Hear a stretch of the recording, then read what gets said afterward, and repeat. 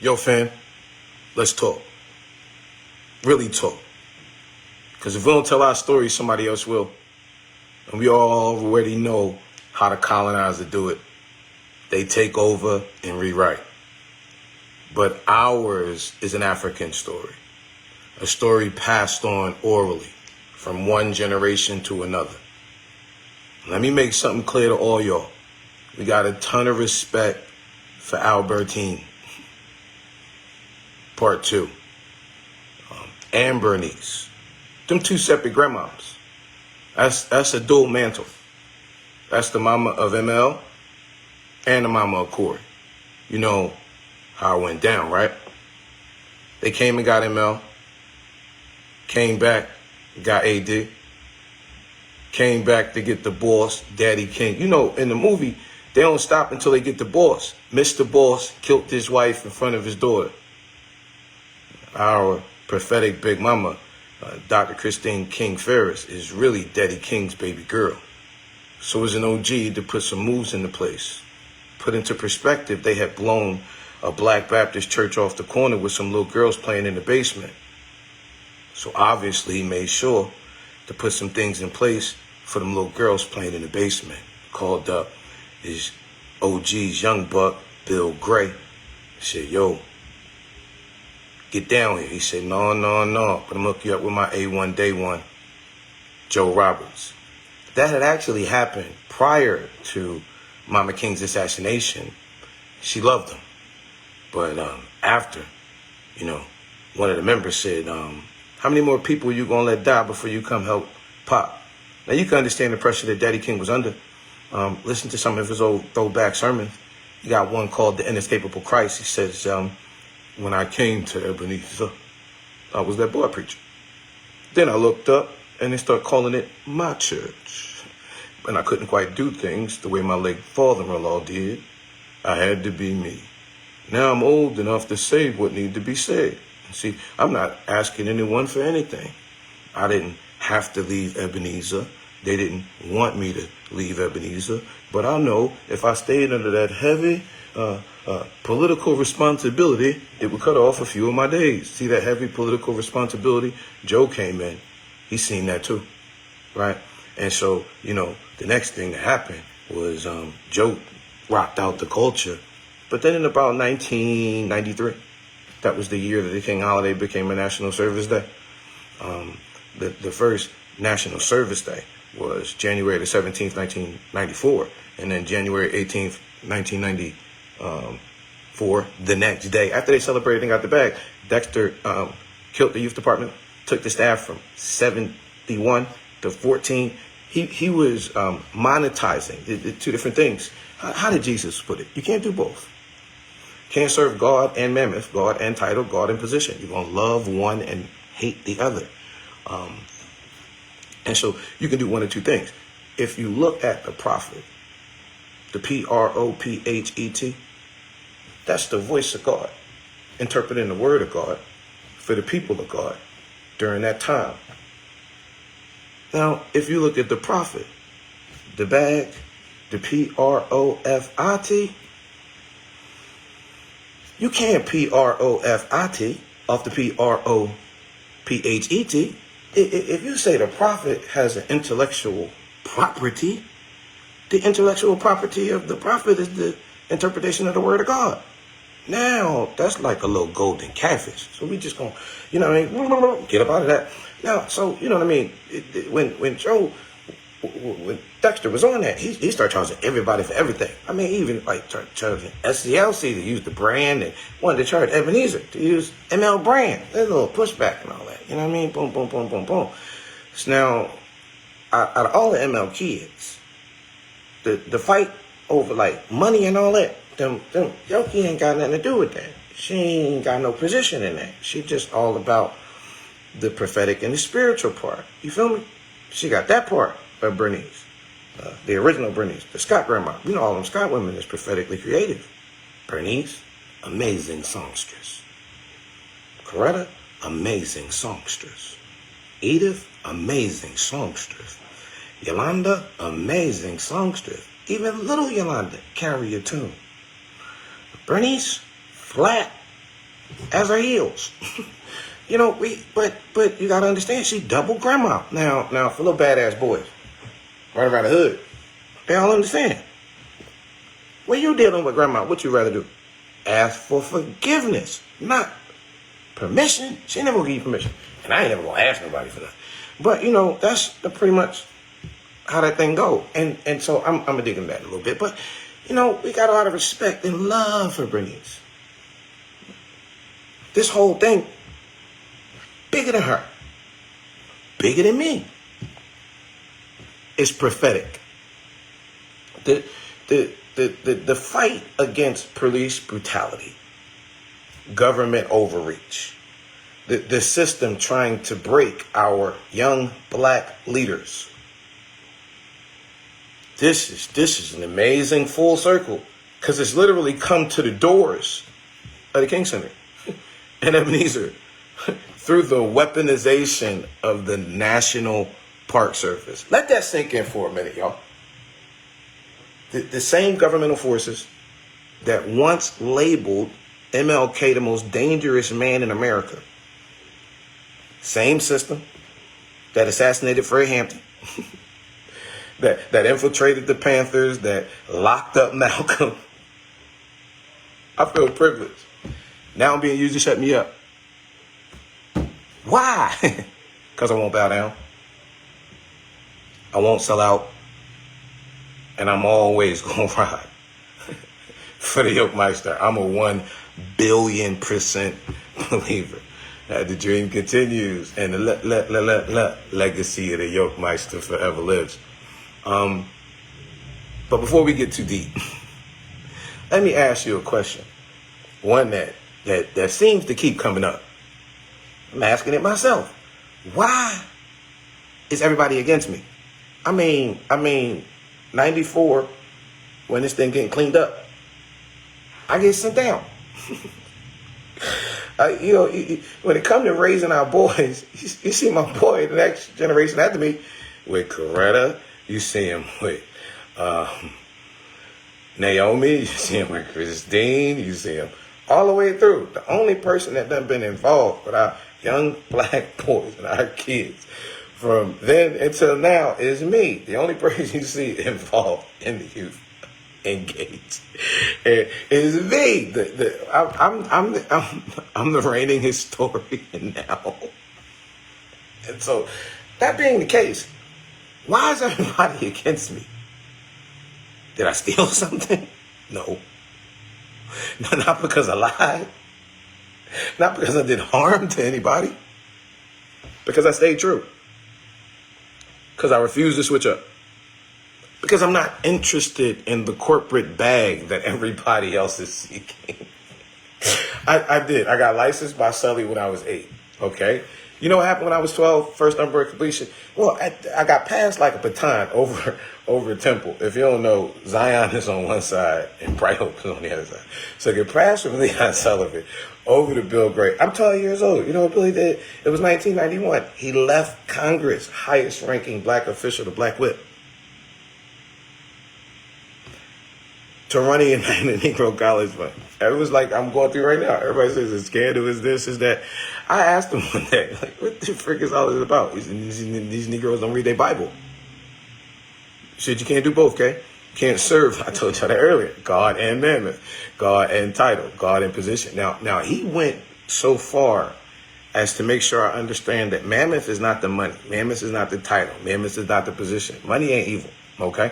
It's the love of money. Mammoth is the pursuit of the title. It's the pursuit of the money. It's the pursuit of the position, because you're going to either have to do what the corporate America and with the government and what the world wants you to do, or you're going to do what God wants you to do, which is typically oppose those. And so you can't do both. And so, you know, I'm not after that. We're not the same. I think I already did, but how would Daddy King say, let me make this plain. Let me break this down.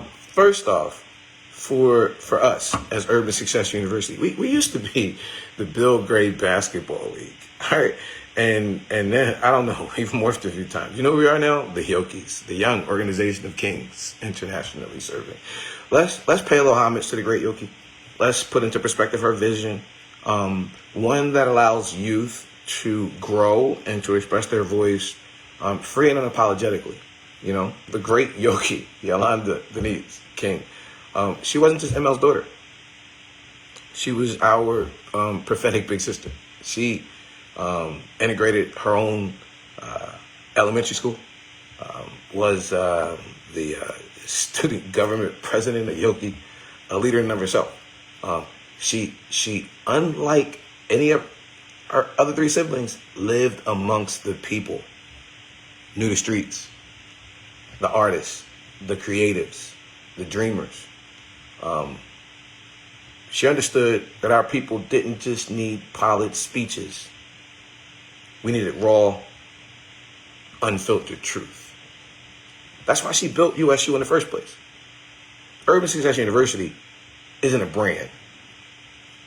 It was never created to be a political tool. It's a movement. It's a space where urban youth can find their voices without being sold to the highest corporate or political builder or bidder. She knew this movement needed someone that was never going to sell out. That's why she chose me. Not because I'm the loudest, not because I'm the flashiest, but raised as a USMC EOD brat, she knew that based on the principles that my father instilled in me, kind of that brand of the bloodline, no matter what, I was always going to hold it down. She knew that the system was going to try to erase her work, and that's exactly what happened. After she shut her eyes in 2007, no wonder, amongst the pressure, right after her mother shut her eyes, to be the next speaker, the same folk you see me going up against. Isaac had it set up for Shannon to introduce her. And before our last public address, she stopped the holiday and demanded that I introduce her. 5 months later, she shut her eyes. And suddenly, the same people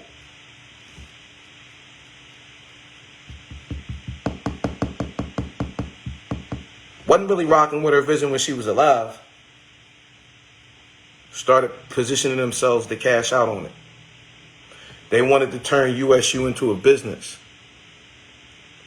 something controlled by corporate money and political influence.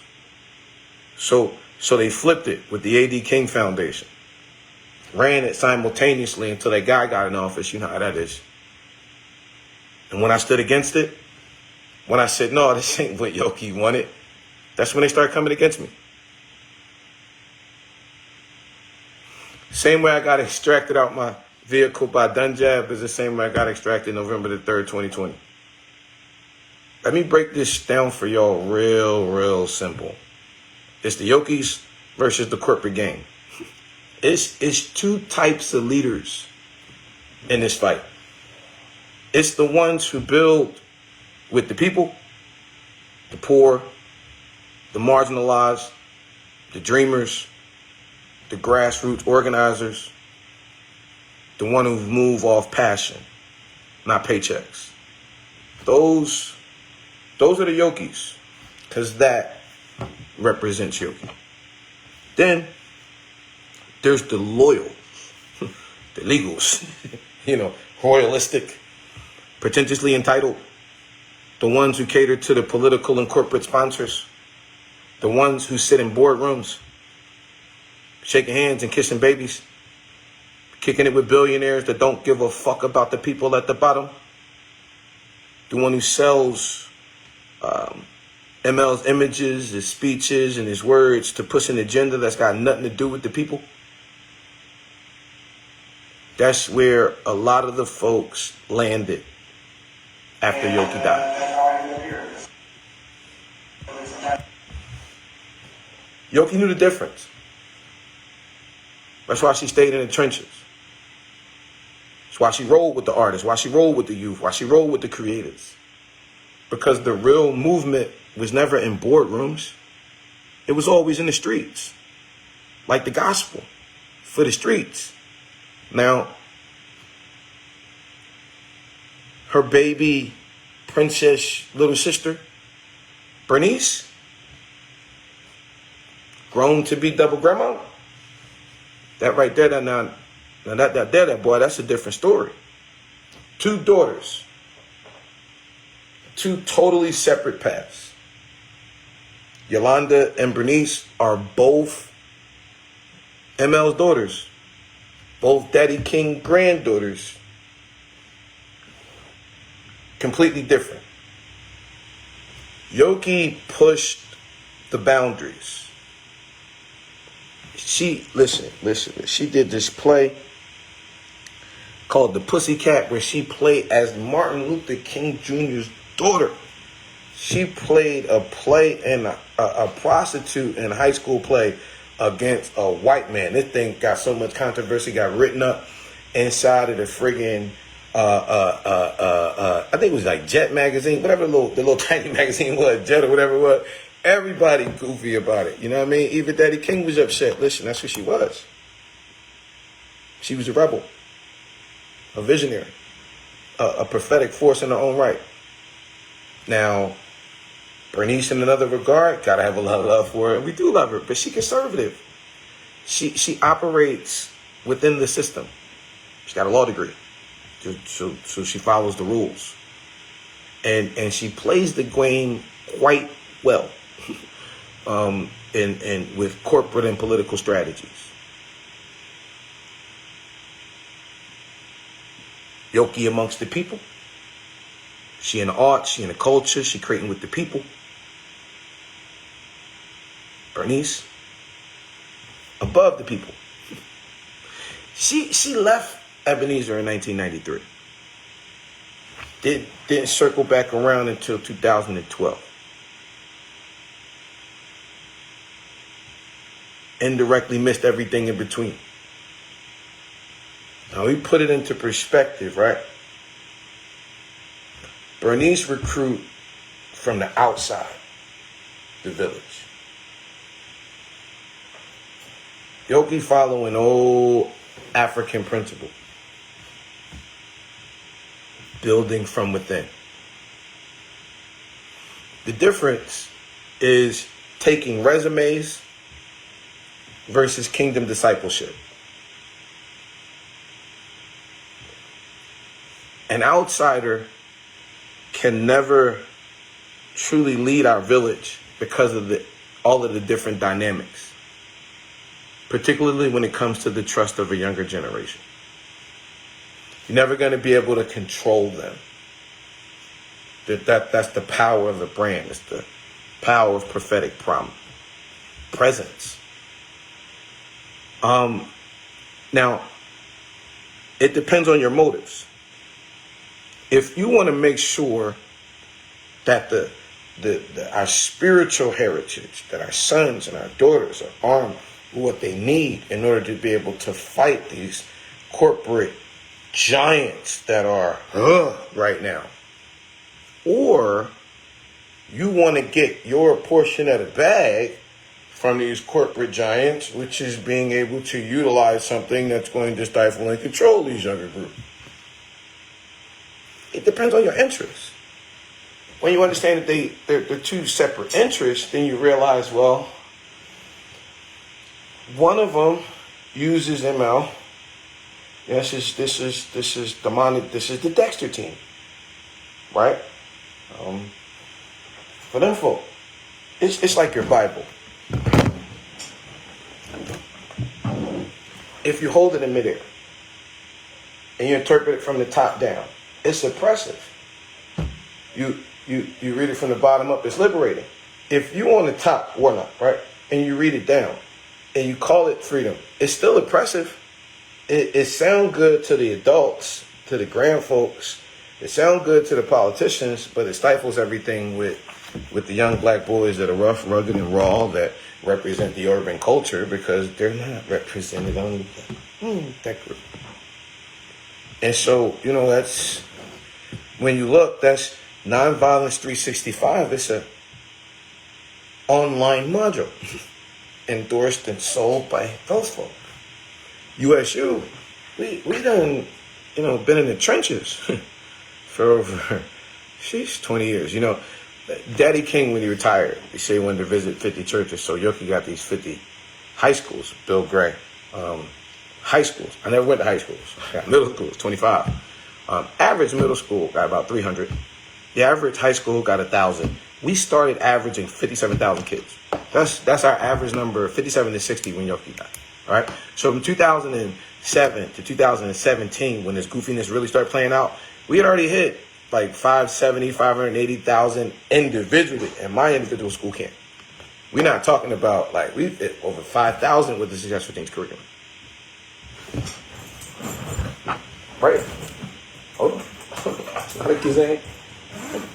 Right? Because a lot of y'all want to know, wait, for real? Yes. And in the middle of this right now, after that big pump freight they had with funding, you can now go to urbansuccessuniversity.com, click on the Success Academy, download a copy of the book, download a copy of the workbook, download a copy of the teaching guide. Yes, this is not a book. This is the curriculum. There are 8 chapters. There are 4 principles per chapter. There are 32 in all. There is a 30 to 45-minute curriculum for every single one in the online community for you to be able to tap in. You can now download them digitally. Why? Because, you know, in between Donald Trump and Betsy DeVos killing all the funding for all of our partner schools and them shutting down the Success Foundation in the process, and the AD Foundation flipping from our urban youth to abortion. And I don't have a challenge on your position on abortion, but what about the kids out the womb? Because if we all of a sudden went from advocating for the kids out the womb to talking about the babies in the womb, we just totally turned our back on the babies outside the womb. And so Jesus kind of said, you know, the wolf, they see the wolf coming and they turn their back on the sheep like that though. And so, you know, like, yeah. And so now we got Trump back again, cutting all this stuff. And somewhere inside of it, we see the MLK Senior Center got a $4 million grant that we ain't using right now. We're using to rewrite a new curriculum that incorporates our old heritage and educational and emotional learning. You mean like the one we already got? You should go to Urban Success University and just watch our case study video. Like you mean like the one we already got? No, why do you come up with a new one?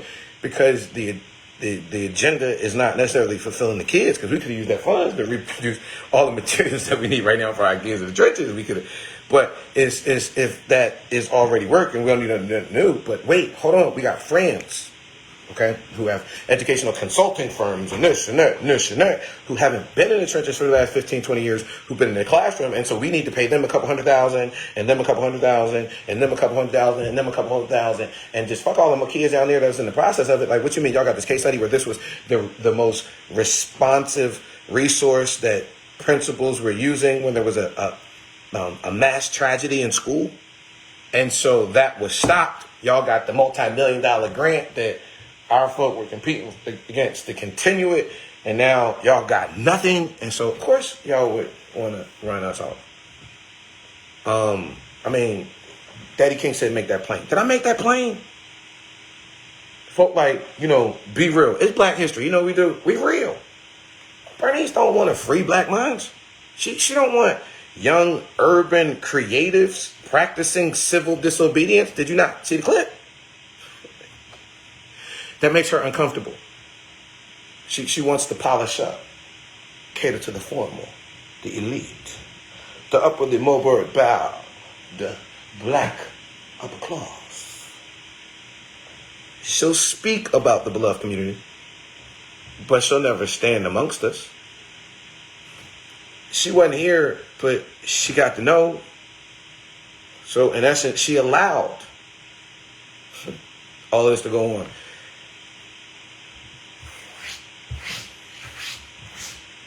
July. I mean, how in the world? How in the world did Alveda allow to stand on Correct Scott King's grave? Knowing Alveda had written a letter wishing death on Correct. If you ask me, that's all you need to know. I mean, Stevie Wonder can see this in the dark. Hope be hating on your guy, because I won't lie for him. I was literally taught by their mama Bernice and Yolanda King, to tell the truth.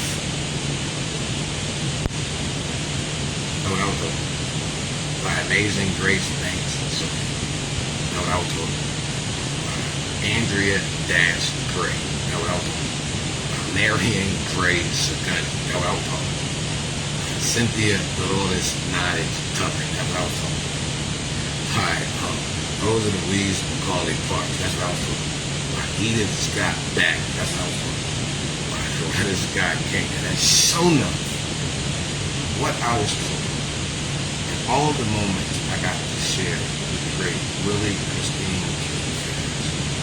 I got to learn about our amazing father, Daddy King. That's what I was told. And because I was trained by the Oakmeister to carry forward the real legacy, because she entrusted me to them. But she said, I'm riding with no brakes. Catch me if you can. Like that though. Listen, let me talk to y'all about the future of this movement, the future of the Yukis, the Yoke Organization of Kings, internationally serving in the resurrection of Urban Success University. Look, to me, USU is not dead. We're organic. We just morphing. It lives. It thrives. It is the blueprint for our future. It is the next generation's weapon against the political frauds, against the corporate sellouts, against the higher hands who come to steal and destroy. USU is a movement. It's a revolution. It's what, in my opinion, MLK would have built if he had lived. This is what his homies, Leon Sullivan, William Gray III, birthed. The three of them were the ones who attended that Gandhi Fellowship on North Broad Street. Unfortunately, they got him out. Both of my spiritual homies, fathers in the game, Leon Sullivan and William Gray III, became mentees of Mandela. It was Mama Grace, Amazing Grace Banks Sullivan, who took credit of me Mandela. See, you look at that little picture on the Mompreneur Squad, and you see Mama Grace on the left, you see Coretta in the middle, you see my mama on the other side. Can your mama name? Nope, my mama do not want her name caught up in the middle of this fuck. Man, no, y'all fucking with her grandson. Listen to me. To all the future yogis, I want y'all to understand this. Y'all are the wave, not the next wave, the now wave. You are the keepers of the vision. You are the ones who carry the eternal flame forward. Stay creative. Stay disruptive. Please, stay on board. Now listen, cannot be upset because it's both of their daddy. Yogi daddy and his Bernice daddy. Though both of them got equal share. Okay? Both of them got different youth. Okay? Like, you can have love and disagreement. Okay? And it's only disagreement in strategy. It's only disagreement in theological philosophy. Okay? But here's the difference. You gotta put love in front of the disagreement. You can't let the disagreement go in front of the love. Greatest thieves is supposed to be the love. There's the love. 30 years ago, Dexter wanted to build this techie monument. Right now, Bernice is focused on building the new monument. Yoki wanted to build the next generation of dreamers. It's a difference. Bernice is raising a campaign to raise millions of dollars We already got a statue, right? Already got a statue. Okay. She wants to raise millions of dollars for new statues, for new monuments. Yoki, the reason that we are now fully morphed into a social enterprise is because Yoki wanted to raise millions of dollars for the people. We the people before profit. Okay? Wanted to channel and redirect our economic power back to our community to empower and uplift our younger generation. Bernice, speaks about it. Yoki, she wanted the younger generation to learn how to live like a man. And the fight ain't over. The movement ain't over. The revolution ain't over. As long as I breathe, as long as you breathe, we're going to keep building. We're going to keep dreaming. We're going to keep fighting. You know how you make sure that the dream continues and the legacy lives? Because it lives in you. That's the legacy of the great generation. That's the legacy of you. And the movement of God lives inside. Because we are the children. We like hip-hop. You don't stop to the hip, to the hop, and you don't stop the rocket, to the bang, bang, boogie. The boogie. Hey, y'all, I got a beat.